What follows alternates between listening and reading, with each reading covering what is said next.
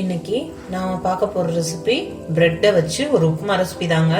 அதுக்கு நான் அடுப்புல ஒரு கடாய் வச்சிருக்கேன். கடாய் நல்லா சூடா இருக்கு. இதுல ஒரு 2 ஸ்பூன் அளவு எண்ணெய் சேர்த்துக்கலாம்.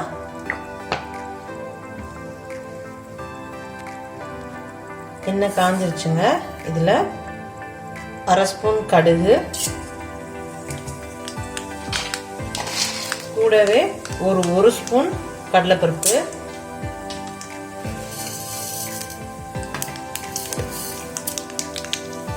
ஒரு ஸ்பூன் உளுந்தம்பருப்பு, கொஞ்சோண்டு பெருங்காயம்,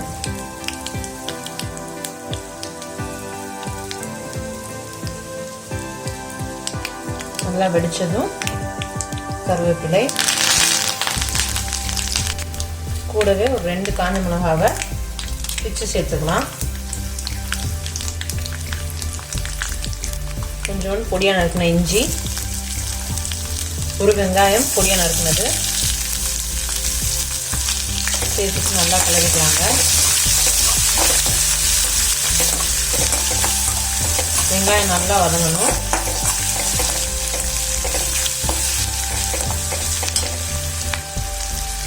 நான் ஒரு 6 பிரெட்டை நல்லா உதுத்து வச்சுருக்கேங்க.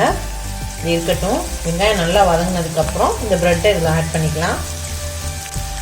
இதுக்கு தேவையான உப்பை சேர்த்துக்கலாம். பிரெட்டில் ஆல்ரெடி உப்பு இருக்குங்க, அதனால் பார்த்து சேர்த்துக்கோங்க. நீங்கள் என்ன பிரெட் வேணாலும் யூஸ் பண்ணலாம். நான் இன்றைக்கி ஹோல் வீட் பிரெட் தான் யூஸ் பண்ணுறேன். நல்லா வதக்கிக்கோங்க. வெங்காயம் நல்லா வதங்கிடுச்சுங்க. இந்த ஸ்டேஜில் நீங்கள் எதுவும் காய்கறி ஆட் பண்ணணுன்னா ஆட் பண்ணிக்கலாம். நான் இன்றைக்கி வெங்காயம் மட்டும்தான் சேர்த்துருக்கேன். இப்போ நம்ம உதுத்து வச்சுக்க பிரெட்டையும் சேர்த்துடலாம். எல்லாத்தையும் சேர்த்துட்டேன். இப்போ கிளறி விட்டுடலாம்.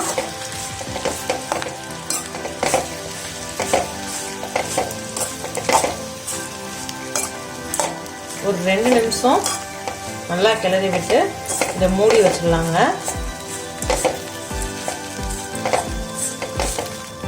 இப்போ நல்லா கிளறிட்டேன். ஒரு மூடியை போட்டு இதை மூடி வச்சிடலாம்.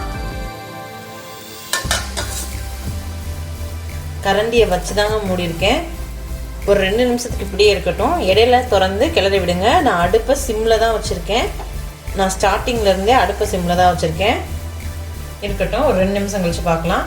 இடையில கிளறி விடுங்க, இல்லைன்னா அடியில் இருக்கிறது மட்டும் பிடிச்சிரும்.